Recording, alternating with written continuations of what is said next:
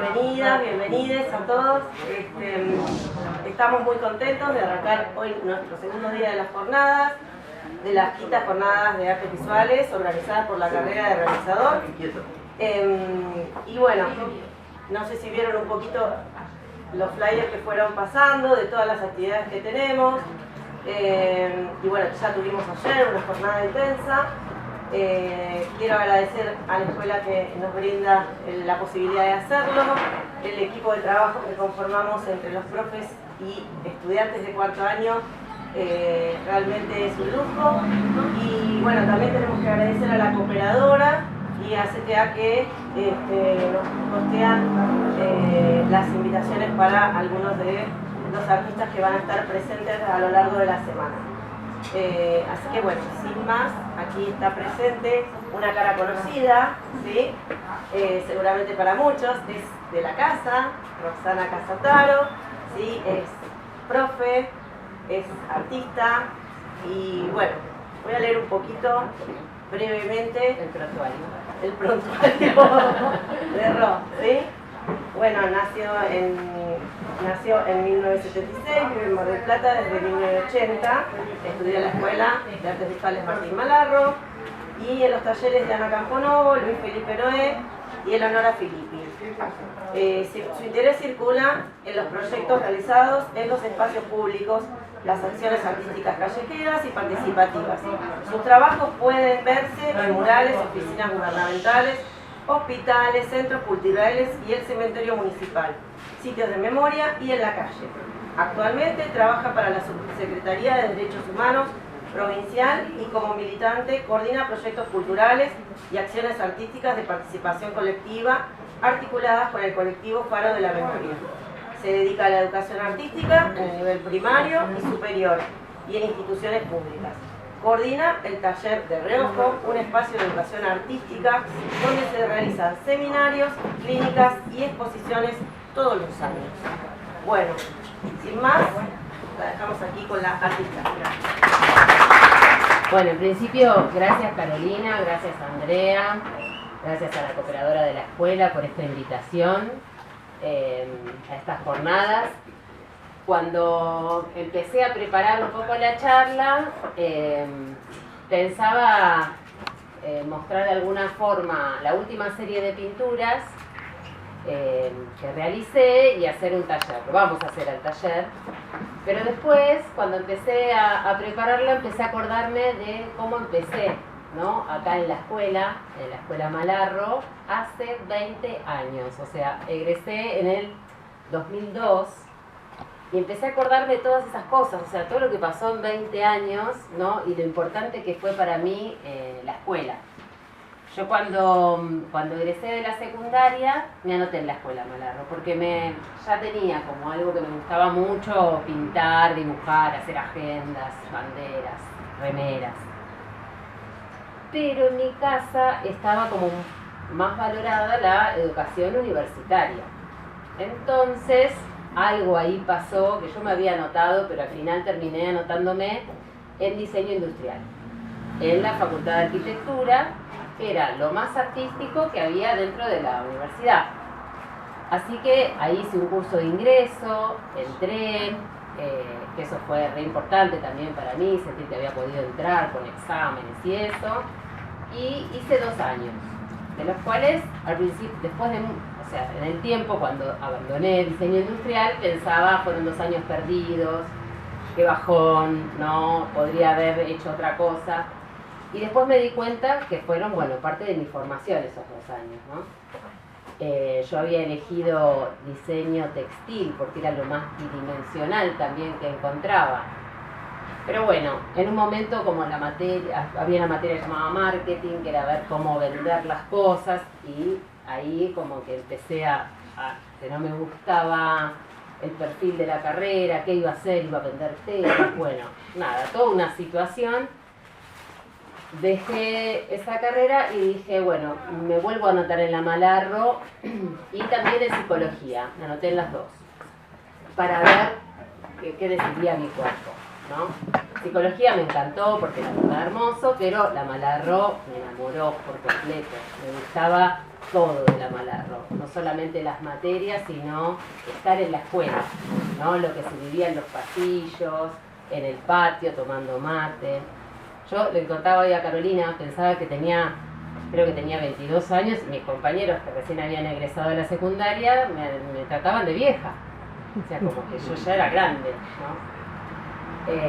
Y bueno, y en ese año empecé preparatorio y tenía que elegir carrera. Yo iba a elegir realizador y las pedagógicas, así era como era el profesorado antes. Y me tocó ese cambio de plan de estudios en el que la carrera de realizador se eliminó de la escuela y se armó el profesorado, que significaba menos tiempo de taller. Pero bueno, transité el profesorado con un grupo de compañeros y compañeras que todavía son con quienes armamos muestras o nos pasamos planificaciones o nos contamos a ver qué escuela ofrece horas y eso. Y entonces empecé a pensar, como para contarles desde ese momento que egresé hasta ahora, cómo es que, bueno, llegué a esta serie de pinturas que en principio era lo que iba a contar simplemente. Entonces empecé por los trabajos del final de cuarto año, de dibujo. Era esto, que hubo como un debate si esto era dibujo, porque estos son papeles calados. Y lo que yo veo es que en todos los trabajos que yo hacía siempre terminaba como yéndome del plano, ¿no? Estos dibujos que empezaron siendo calados también empezaron a tomar relieve, y para la presentación final tomé un aula y hice como una instalación. Ahí, miren, acá se ve mejor, que la gente puede meterse. Luego lo que recuerdo mucho fue en la escuela. Yo tuve una profesora de pintura que se llamaba Ana Camponovo, que para mí me abrió la cabeza muchísimo con respecto a lo que yo pensaba de lo que era el arte, y automáticamente la conocí, me le puse tipo garrapata. Todo lo que hacía yo iba al lado. Si ella necesitaba un asistente, una secretaria, y estaba yo. Y ella daba seminarios en la universidad, y entonces yo le hacía como de preceptora con la lista, todo. Y también les grababa sus clases, lo que sea, para estar ahí cerca, ¿no? Y un ejercicio que ella hizo tenía que ver con la poesía Dada. No sé si alguna vez lo hicieron. Vieron que el Dada es un movimiento que surge entre guerras y que lo que toma es el azar y el juego como para crear, ¿no? Y entonces, para hacer una poesía Dada, uno agarra un pedacito de periódico del tamaño que quiere su poesía, recorta las palabras, las pone en una bolsita y va sacando, y su poesía será única, ¿no? Y en esa poesía que Ana Camponovo nos hizo hacer, salió una frase que para mí fue fundante, que se decía sector cadáver. Y a partir de ahí empecé a hacer estas patitas y estas manitos que salían de la tierra, y que no paré de hacerlas. Si tenía que hacer algo en grabado hacía esto, si tenía que hacer algo en pintura también. O sea, ¿vieron cuando hay un símbolo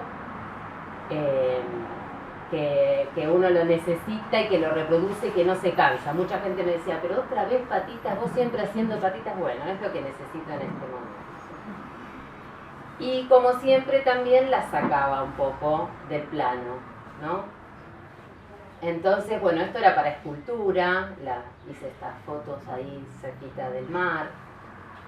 En esos momentos yo hacía esto, pero todavía no tenía mucha conciencia de qué significaban.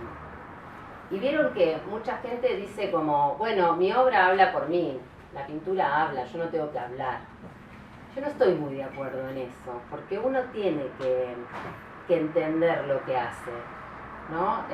Por un lado, hacerlo a veces de forma inconsciente, puede ser que sea como un momento, pero después es re necesario entender qué quiere decir lo que uno hace, ¿no? ¿Qué simboliza? Bueno, esta era una pintura con la que terminé la escuela.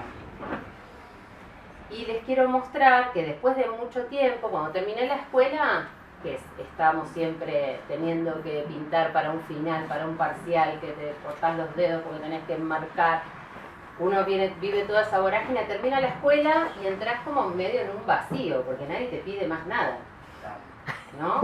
Y entonces decís, bueno, ¿y ahora qué hago? ¿Qué, puedo hacer lo que quiera? Ay, pero como no tener una fecha, la urgencia siempre es otra.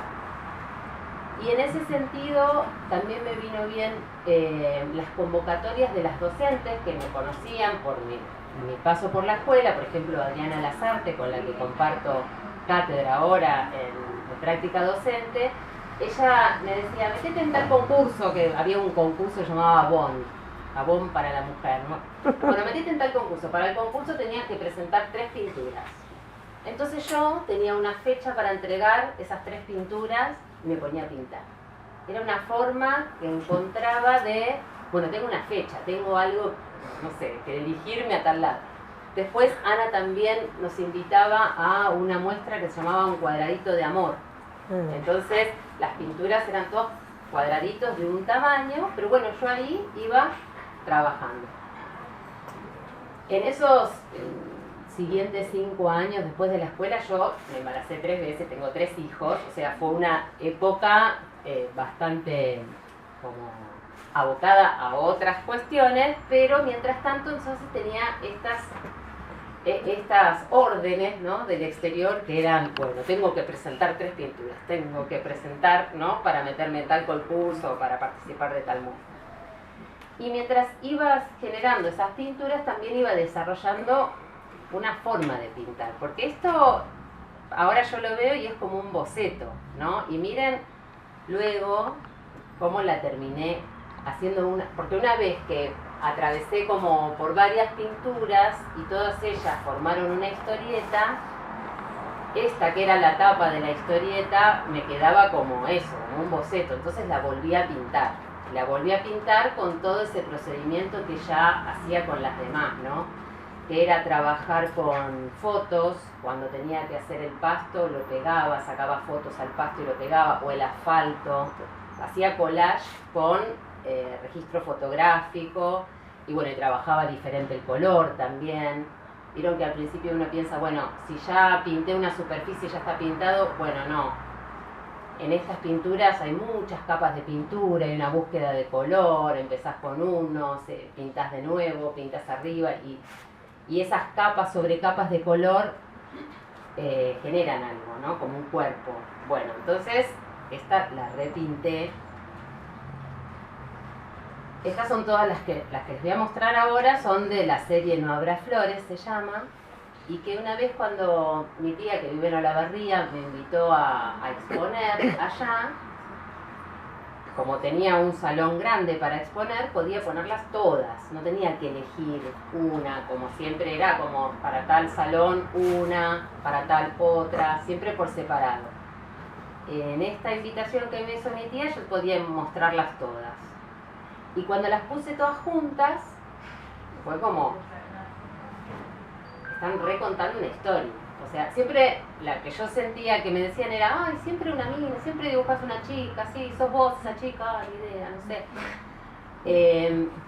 Y de repente cuando las veo todas juntas, digo, sí, claro, es un personaje que transita la ciudad, siempre la misma ciudad, pero es como un collage de la ciudad, y las patitas y las manitos,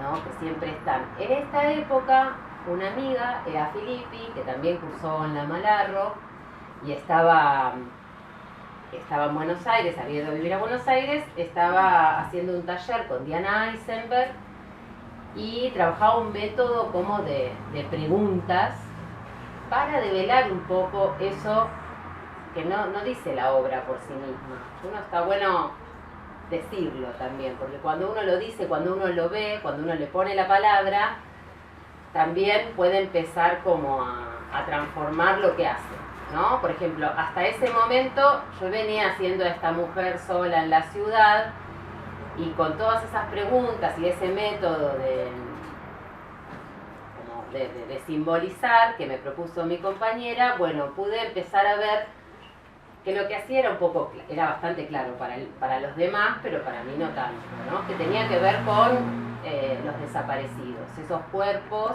de las personas que fueron secuestradas en dictadura, que fueron ocultadas y que las estamos buscando y que no están muy lejos ocultas, están ocultas en nuestro territorio, ¿no? Mi padre, mi madre son desaparecidos, entonces bueno, era medio como un poco mi historia. Empecé a ver esta cuestión de lo que significa la palabra desaparecido, incluso el verbo. Hay gente que dice yo desaparecí, ¿no?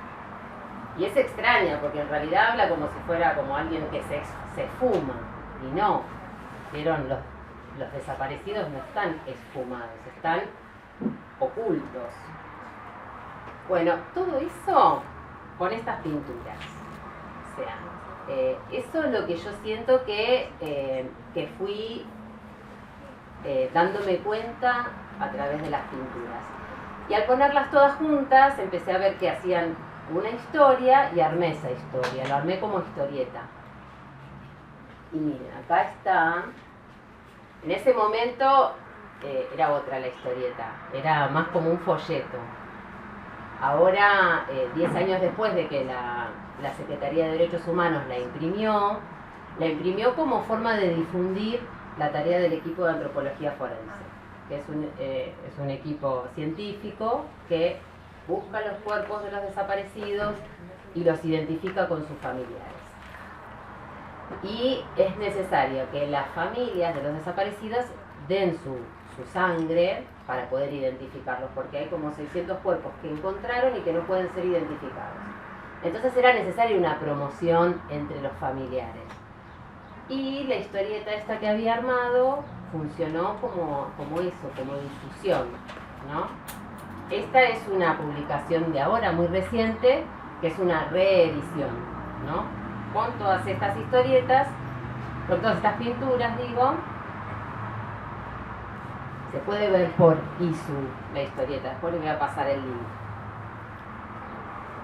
Y bueno, al llevar esa historieta por toda la provincia y el equipo de antropología forense que estaba trabajando muy arduamente, los cuerpos que las familias iban identificando también, no tenían dónde resguardarlos. En La Plata, por ejemplo, había un panteón especial, entonces muchas familias de Mar del Plata que encontraban a su ser querido se tenían que ir a La Plata a llevarlos al panteón o pagar un lugar acá.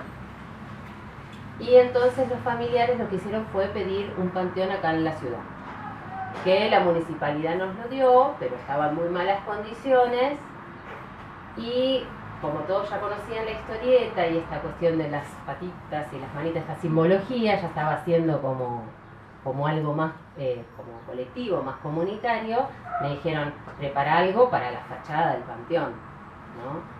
Que no sea como un lugar cualquiera, que sea, o sea, nos costó tanto encontrar a estas personas que hasta les quisieron no solamente arrebatar la vida, sino les quisieron sacar la muerte, porque es un poco eso lo que quisieron hacer con los desaparecidos. No está, no es, ¿no?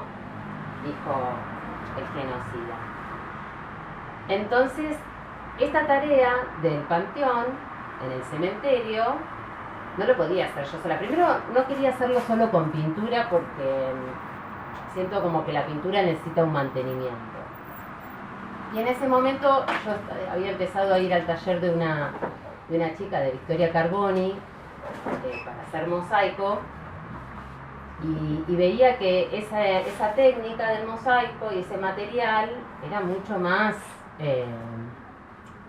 importante, o sea, como que iba a atravesar más el tiempo, iba a necesitar menos mantenimiento, pero no me podía poner a hacer una fachada a todos los grupos de mosaiquistas de la ciudad, y la verdad que fue alucinante el trabajo colaborativo. Ahí fue como que me desperté a lo que es trabajar en grupo y lo que es coordinar. O sea, yo había hecho el diseño y casi que poquito hice yo de mosaico. Algunos me dicen, vos que sos mosaiquista. No, ni ahí. La mosaiquista es Victoria y ella conoce mucho la escena local, entonces me ayudó a convocar y un montón de gente trabajando para este proyecto.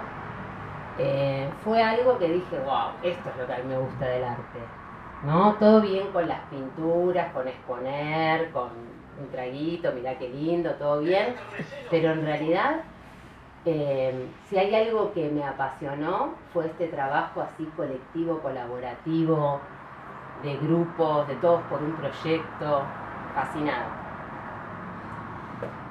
Mientras tanto, dos cosas. Una, así como esta cuestión de los concursos en un momento me ayudó mucho a pintar y a ponerle una fecha, de eso que nos sucede cuando estamos en la escuela, que tenés fechas y tenés que entregar.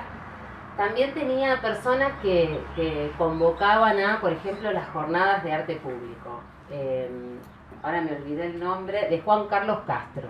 Juan Carlos Castro, que vivía por Camet, pero él organizaba jornadas de arte público, compraba unos fenólicos enormes. Habrá algunos por acá de algún mural hecho así en una de esas jornadas. Y había temática, por ejemplo, esto eran los 25 años de Suteba. Entonces te invitaba a pintar en la plaza, te daba los materiales y también amaba estar ahí pintando al aire libre, que pase la gente, que te pregunte. Lo hice con Ileana Rodríguez Caldas, otra compañera de la escuela. Y lo interesante también es que esos símbolos que uno iba generando en imágenes, después eran tomados por otros lados. Esta que está acá, que pintaron en la calle, es de Patagones, que me mandaban fotos. O otra chica que encontraban en la marcha que se había dibujado ese signo del puñito del guardapolvo. Esta es la sede de Suteba local que lo instalaron ahí. Porque una vez que vos pintabas en el espacio público, después las instituciones lo pedían y pasaba a formar parte de instituciones. Esta fue para unas jornadas de no a la trata, que el mural está ahora en la fiscalía y que toma una imagen de los dibujos de cuando estaba terminando la Malarro, y también con otras dos compañeras trabajando. Empecé a ver eso, que me encantaba trabajar en equipo, esta cosa de la soledad no tanto. Y otra cosa, que así como esas personas que todo el tiempo te convocaban a exponer y a presentarte o a trabajar en una jornada, también siempre anotarme en cursos, seminarios, clínicas. Yo había abierto en mi casa un espacio, el taller de reojo, y ahí entonces Eleonora Filippi, la que les digo que me hacía esas clínicas, me hacía ese método de Diana Eisenberg de preguntar y de buscar símbolos, buscar qué era lo que estaba haciendo yo.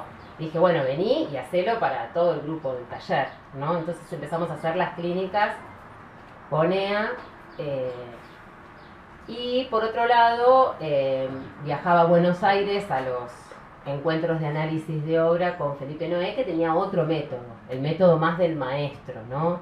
El que todos miran tu trabajo, te dicen qué fortalezas, qué debilidades, y él siempre al final te decía, bueno, esto me parece que hay mucho color acá, que tiene mucha fuerza. Era una clase magistral escucharlo hablar de cualquier obra de cualquier persona.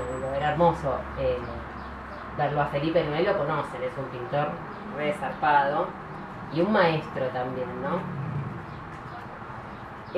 También en el taller hacíamos seminarios, por ejemplo, Analía Baños, otra egresada de la Malarro, hacía sus seminarios de color, y una chica que venía de Francia, Sandra Sanseverino, que era la hermana de un amigo, me dijeron, ella es artista también, viene de Francia, va a estar un mes. Bueno, que venga y hacemos un seminario también con lo que está haciendo. Bueno, entonces Sandra, la verdad que ahí la conocí, hizo 3 seminarios sobre cómo mirar un cuadro, sobre cómo hacer el material con el que pintar, porque ella hacía sus propios acrílicos, nos hizo 3 seminarios que era como mostrarnos todo su procedimiento creativo. La verdad, súper generosa. Me hice amiga de Sandra y cada vez que venía hacíamos algún encuentro con el taller y abierto a la comunidad. Y mientras tanto, bueno, eso yo como para decir, ¿no? Qué cosas son los disparadores de que uno siga haciendo, ¿no? Esta cuestión de meterse siempre en talleres, en seminarios, en clínicas, ¿no? Nunca pensar que, bueno, ya está, ya sé todo. No. Mientras tanto, en el 2014, acá en Mar del Plata, empezamos a armar el colectivo Faro de la Memoria para poder empezar a construir en lo que fue un centro clandestino, ¿no? Acá con la compañera Solana, también estaba en el colectivo. Y dentro de ese colectivo me metí, por supuesto, en la Comisión Cultura. Y desde la Comisión Cultura, cuando se cumplieron 40 años del golpe cívico-militar, la idea era empezar a hacer acciones colectivas, colaborativas, artísticas y callejeras, ¿no? Que tomen el espacio público, que interpelen al transeúnte, y ahí es que surgió, que armamos la campaña Mar del Plata te canta a los 40, que se propuso una vez por mes, o sea, cada 24 de cada mes del año 2016, proponer una acción. Por ejemplo, una era bordar un cuadradito de tela pidiendo para buscar a los nietos y nietas que nos falta encontrar. Con esos cuadraditos bordados armamos una bandera.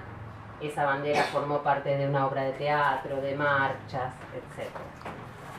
Otra fue ir a exponer a la ronda, a la marcha de las madres de los jueves.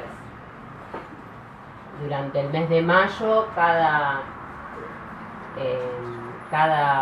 disciplina artística era convocada. Un jueves los músicos iban con los palitos de la batería, con la flautita, con la guitarra, no a tocar porque es en silencio. Otro jueves eran las artes visuales y ahí estamos exponiendo en la marcha. Otro mes fue el de la justicia y fuimos a todos los edificios judiciales de la ciudad. Hicimos todo un trámite, ¿no?, para que nos aceptaran colgar la corbata que homenajea a los abogados de las noches de las corbatas. Ustedes saben que acá en Mar del Plata hubo unas noches del 6 al 13 de julio que secuestraron abogados laboralistas. Y esas noches se les llama la noche de las corbatas. Entonces, para cumplirse 40 años de esa noche, se le proponía a cada edificio de la justicia mostrar ese signo, ¿no?, de homenaje. Luego, algunos, el Colegio de Abogados y la Facultad de Derecho, al otro año lo hicimos en mosaico, y ya quedó en el frente. Otra de las propuestas era el tablado y las performances en las esquinas, y otra era ir por las escuelas secundarias a pintar los lápices, ¿no? Hacer que los cordones se conviertan en lápices. Acá hay uno.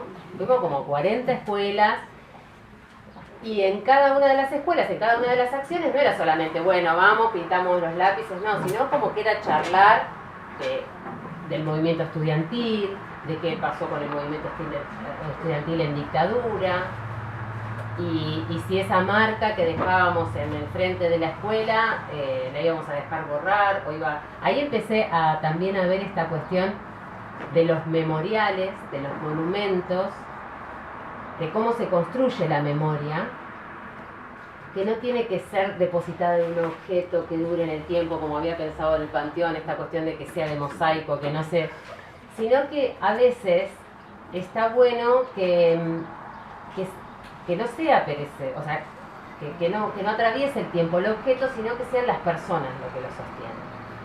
O sea, si nosotros logramos sostener pintados esos lápices, quiere decir que la memoria va a estar viva, ¿no? Hay un movimiento que es el movimiento antimonumentalista, que trabaja la memoria así, la memoria oral. Me encantó, ¿no? Entonces fue como empezó a ser como sustento teórico de las acciones.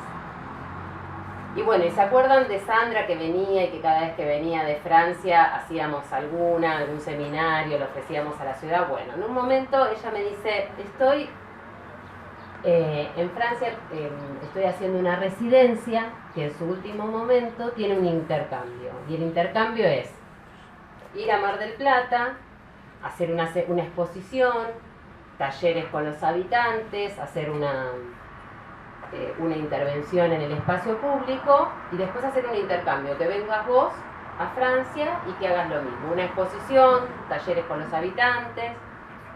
Bueno, así que ahí en el 2019 vino Sandra, armamos su muestra en el auditorio, hicimos talleres, ella trabaja pintando en el piso, es como una pintura performática, trabaja con tinta china y controlando las respiraciones, haciendo que cada pincelada sea un gesto. Alucinante. Hicimos esa experiencia y también hicimos la intervención, como ella estaba exponiendo en el auditorium, hicimos esa exposición en la Rambla, que está ahí al lado del auditorium, con esta pintura que ella armaba, que es una pintura efímera, sale con la lluvia después de un tiempo. Y convocando a artistas de la ciudad a hacer esa experiencia, ¿no? De trabajar pintando performáticamente. Hermoso. Y después de eso entonces iba yo a Francia invitada por esta residencia, un mes.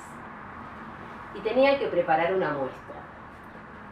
Y la verdad que yo ya había terminado esa serie de pinturas que formaron la historieta.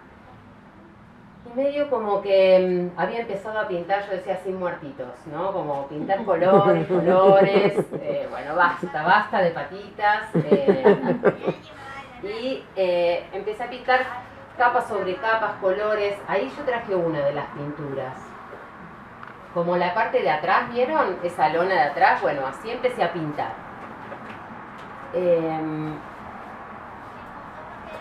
Y tenía que preparar una muestra para llevar allá. Y también empezaron a entrar en las pinturas, bueno, las cartas de mi abuelo. Empezaron a entrar en forma de collage. Las cartas de mi abuelo eran cartas que yo encontré en 2 biblioratos, que eran todas cartas desesperadas pidiendo por favor al Papa, a Videla, a Neustadt, a quien sea. Ustedes se ven a toda persona pública, a jueces, a ver qué había pasado con sus hijos, ¿no? A él le habían secuestrado 2 hijos, mi papá y mi tío. Y eran cartas realmente, las leías, eran desesperantes, pero muy formales, de mi mayor consideración. Saludo a usted muy atentamente. Puede decirle, me estoy muriendo, desangrando, decime qué pasa con mis hijos. Bueno, tiraba un saludo a usted muy atentamente a Videl. Así. Bueno, entonces dije, ay, ¿qué es esto? Por Dios, empecé a fotocopiar y empecé a hacer collage con esas cartas. Y entraron en las pinturas. Ahí hay toda una serie que no la pongo acá, que tiene que ver con eso, con también la chica en situaciones cotidianas, lavando los platos, lavando el piso, ¿no? Y con las cartas del abuelo, en todos lados, en los muebles, en las calles. Pero bueno, para la presentación en Francia, resulta que una de las acciones de Mar del Plata te canta a los 40 era convocar a escribir sobre lo que había pasado en dictadura en la ciudad. Y mucha gente decía, no, yo que voy a escribir, a mí no me pasó nada, y nosotros insistíamos, bueno, pero hacíamos talleres, ¿no?, de escritura con Lorena Raval y con otra compañera. No, bueno, si querés escribo, pero nada, te voy a contar algo que me pasó en la escuela secundaria, cuando entraban los del ejército a ver qué teníamos en la mochila. Y dale, sí, escribí sobre eso. Empezábamos a ver que mucha gente que decía, a mí no me pasó nada, tenía un montón para contar. Porque la dictadura le pasó a todo el mundo, no solamente a los que nos secuestraron, a los padres, a los seres queridos más cercanos, ¿no? Entonces esa campaña de qué pasó y que no vuelva, armamos todos esos relatos escritos, los pusimos en sobrecitos y los repartimos por la vía pública, ¿no? Y después eso también fueron a las escuelas, se intervinieron guardapolvos con eso. Siempre todas las acciones después terminaban como yéndose por otros lados. Pero resulta que los tomé a esos escritos con un procedimiento que descubrí en un taller de Martín Broide, que lo que nos propuso en su taller de escritura era escribir al revés.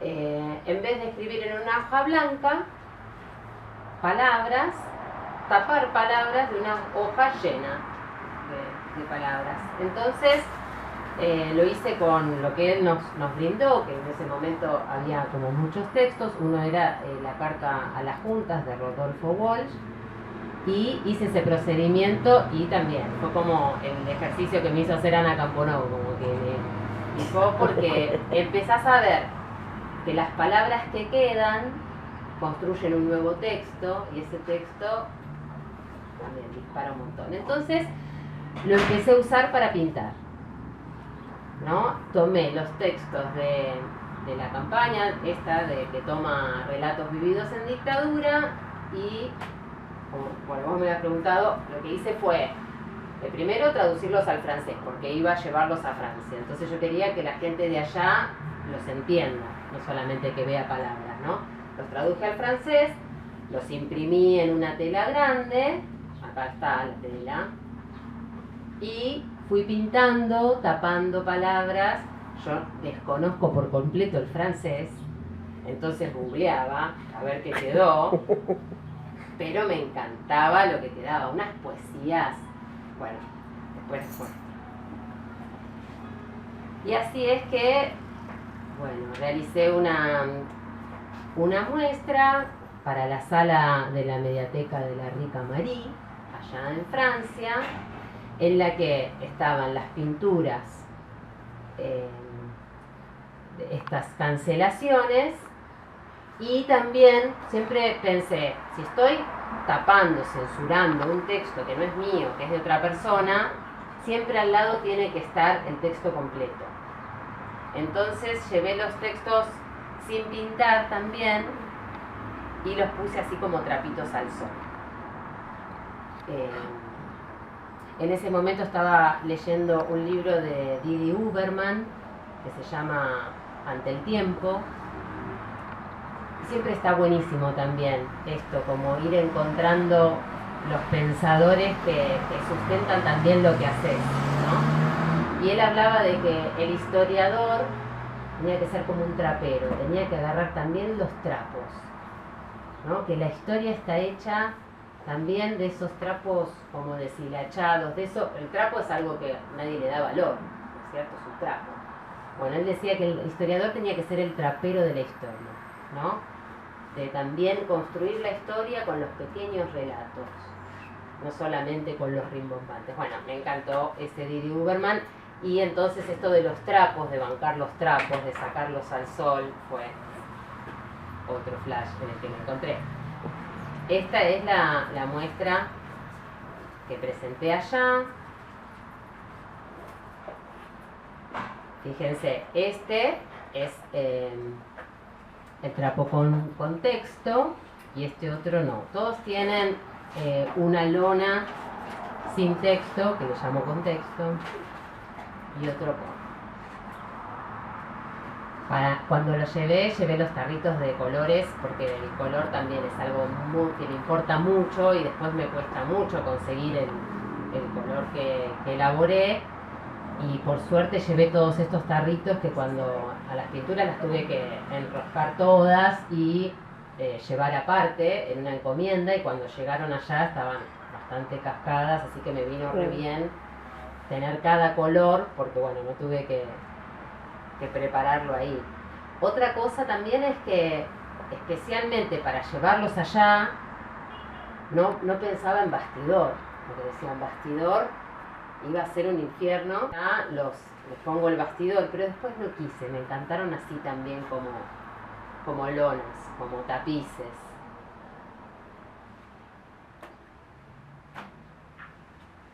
Y bueno, hicimos taller, propusimos a la gente de allá que relate algo vivido en la ciudad.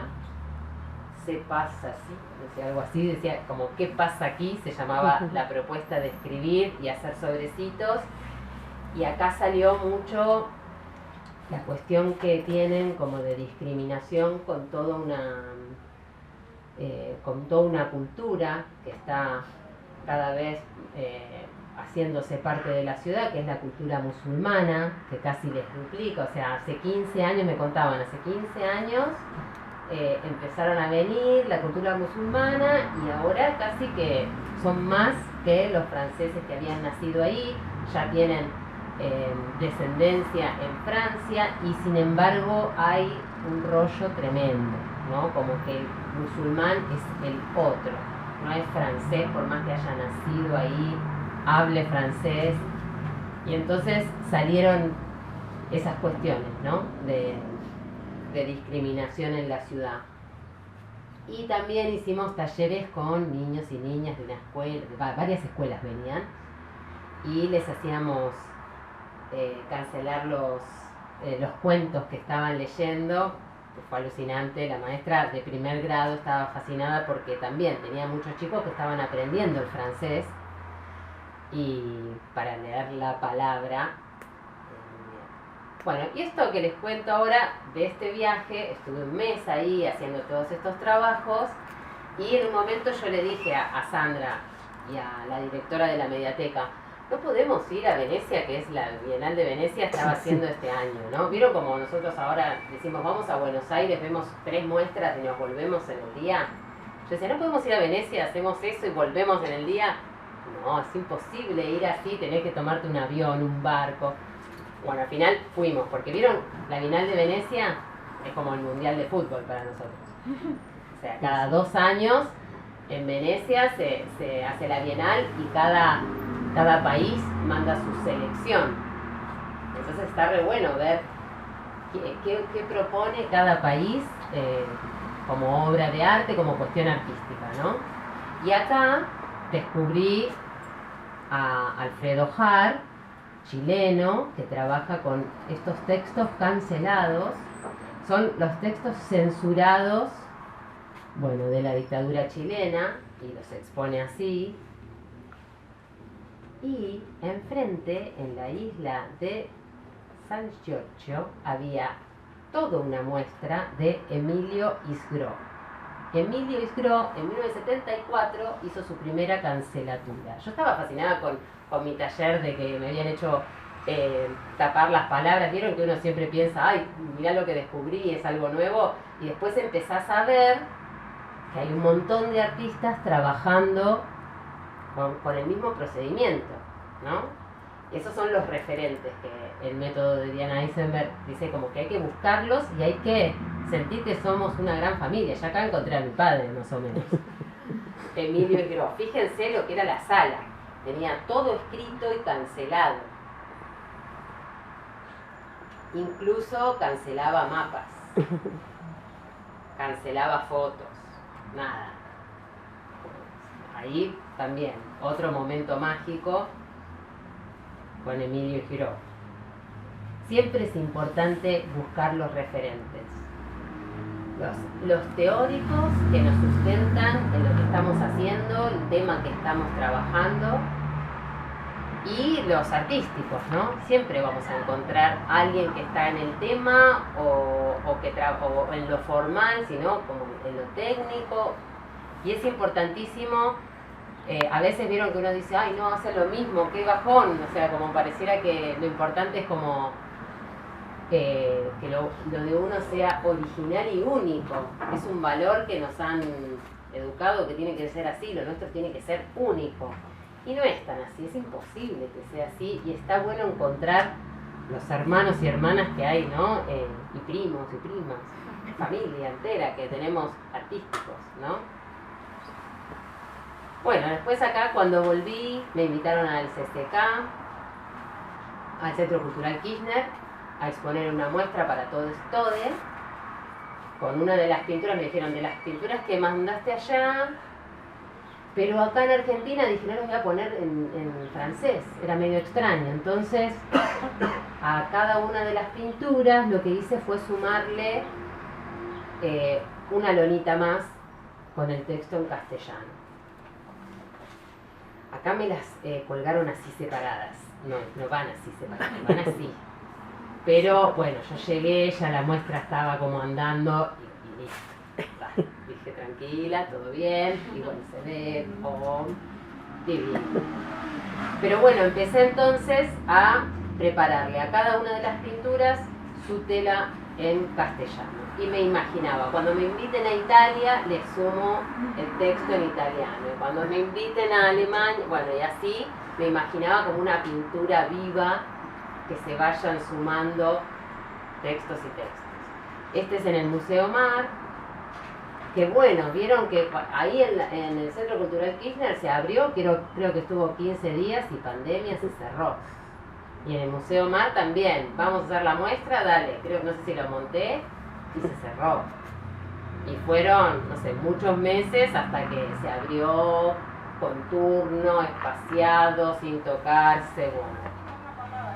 En este caso, en el Museo Mar, además, en pandemia, nos había quedado un resto al colectivo Faro de la Memoria, nos había quedado por la marcha del 24 que no habíamos podido hacer, habíamos hecho una colecta para pagar sonido y todo, y como no se había podido hacer, teníamos ahí algo que era de todos. Entonces en pandemia lo que hicimos fue al sector de teatristas, que estaba muy golpeado porque no podía trabajar, contratarlos para que relate esos textos que teníamos de la campaña, qué pasó y qué no.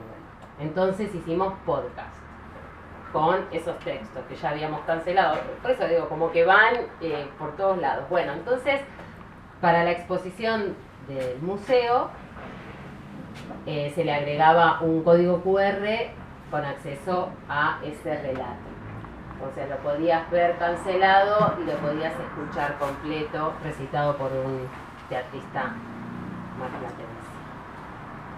Y bueno, y termino acá la exposición con esta cola de vacunación en el museo que me encantó, porque el museo se convirtió en un vacunatorio y a mí me encantaba que la cola pase por ahí. Porque si bien los espacios, bueno, los museos, los centros culturales son re importantes porque nos legitiman de alguna forma, a mí me gusta el espacio público, donde la gente no es que dice, ay, voy a ir a ver arte. A mí me gusta cuando, no sé, el que está haciendo la cola en el banco se encuentra con algo para leer, con algo para ver, como eso de interpelar al transeúnte, es por ahí, por donde voy. Y lo que propusimos para hoy, para concluir esta charla, es que ustedes puedan hacer una experiencia de cancelatura.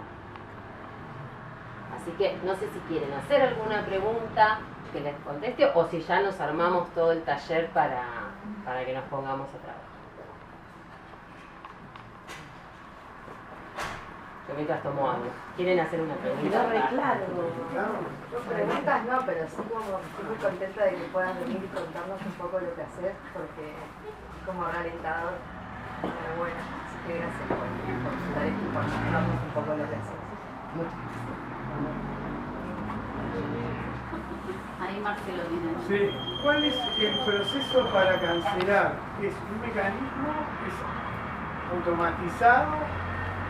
¿Vas cancelando las palabras que querés cancelar o las que no te gustan? Eso es un re tema. Y por eso va a estar bueno que hagan la prueba. Para enganchar después de volver. Claro, porque está bueno cancelar como por capas. Uno primero hace la primera lectura y va tachando palabras que decís, bueno, no hace falta esta palabra. No hace falta. Después vas empezando a ver que las que quedan tienen algo que las une, puede ser. ¿No? Por ejemplo, en la primera que hice en la carta de Rodolfo Walsh, lo que iba dejando eran las cifras. Entonces, cuando vos la lees enterita la carta cancelada, te encontrás con 30.000, 48, no sé, él pone en su carta, cuenta muchos datos, y entonces, bueno, ahí yo dejé esas cifras. Y lo que empezás a ver es que al tapar algunas palabras, la que queda tiene como una fuerza diferente, ¿no? Que cuando está entre otras. Como si tomara la fuerza de eso que se intentó como tapar. Pero vos tapás de una, o haces una tapada, una segunda vuelta, Sí, otra tapada. claro. Uno no tapa todo de golpe, imposible, entonces vos haces una pasada y tapas. Tamizado, vas tamizando. Después vas de nuevo, haces otra tapada. Después capaz que vas empezando, porque se van formando grupos de palabras, se van formando como grupitos, que no tienen que ver con el renglón, porque uno ya deja de leer el renglón. Y empezás a leer como de a grupitos. Sí. Vale, yo les diría, este es el catálogo que hicimos en la residencia, porque allá lo que me mostraba Sandra es que de cada muestra sale un catálogo.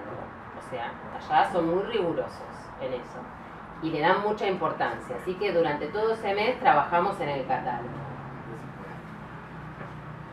A ver, paren, les voy a leer lo que quedaba. Medio caso de 1050. Sí, sí. Vamos a casa. Dice, perdí esa risa antes. En serio, todo el tiempo. Los genocidas, desempleados por sus ideas. Tuve la euforia absorbida por el juego, los intercambios, el ritual de mirar y gritar. Pequeños tontos de alegría para celebrar en serio, los bebés, las ventanas, las banderitas. Avanzando lentamente, llenando las calles, mirándonos a los ojos, con un disgusto irrefutable. Una mujer en la euforia del triunfo. Su visualización. Un buen momento para complacer la casa. Feliz. Su profunda preocupación. Aprendí a distinguir una ceguera colectiva. Hermoso. A mí me encantaba, sí, esto es poesía. Totalmente. Mi hermana, que es científica, suena Silvana, una palabra con la otra. Pero a mí me parecía fascinante esa cosa, como hay algo de la incongruencia ahí, en realidad que empieza como a unirse esas dos palabras, que fue lo primero que me pasó con la poesía de Dada. Hay algo ahí de la unión de las palabras, de las frases, que me dispara como las imágenes también, ¿no? Bueno. Entonces ustedes verán ahora en el taller en el que van a cancelar, qué criterio toman, qué van a tapar y qué van a dejar. Está bueno no dejar mucho, a veces nos pasa que cuesta tapar. Y está bueno ver, después vamos a recitarlas en el picnic.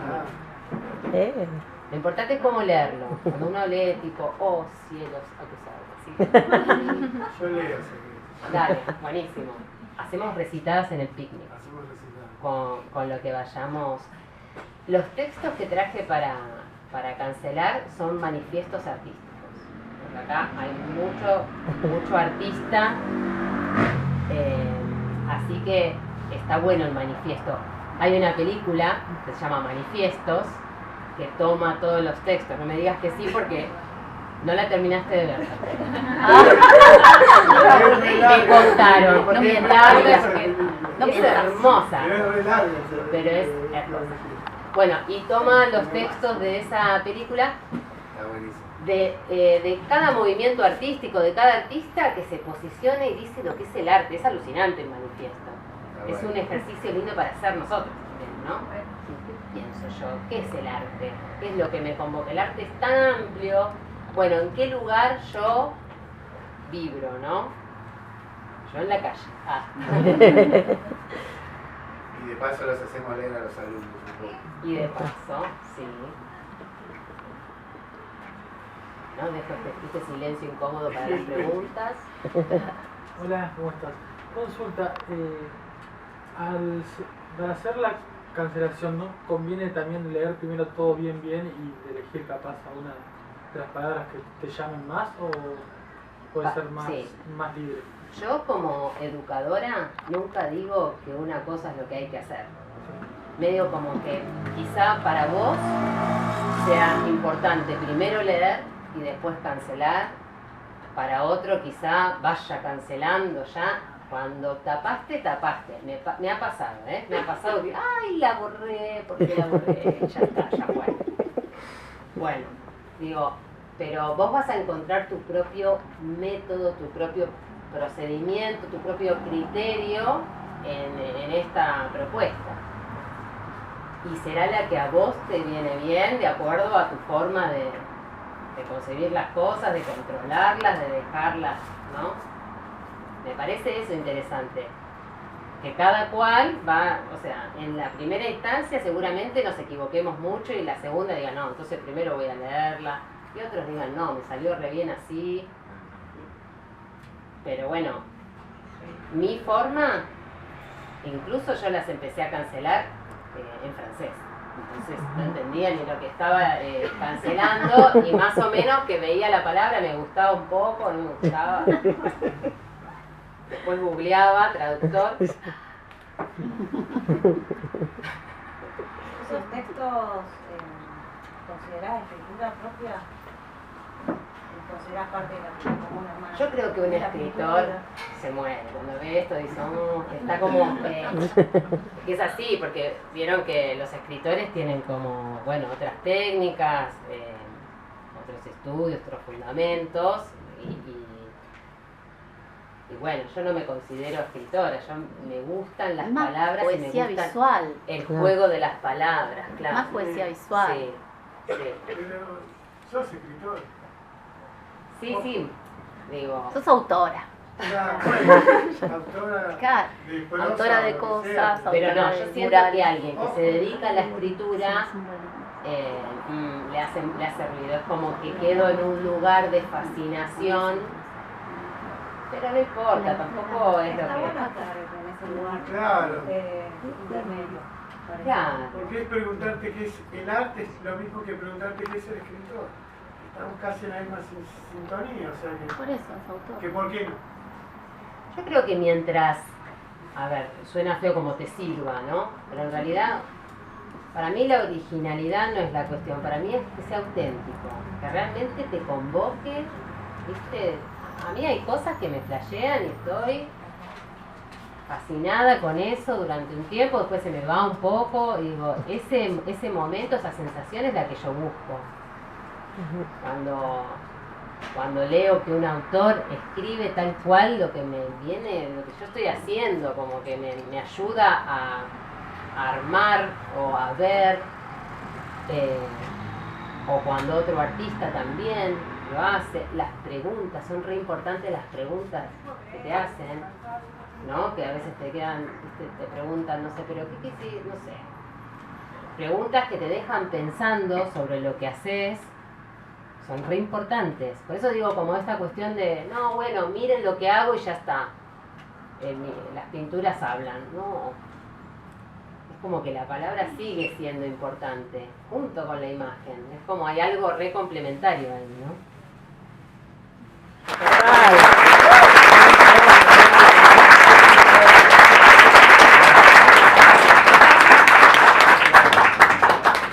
Me encanta esto porque yo me acuerdo cuando estaba en la escuela, no había esto. Ay, gracias.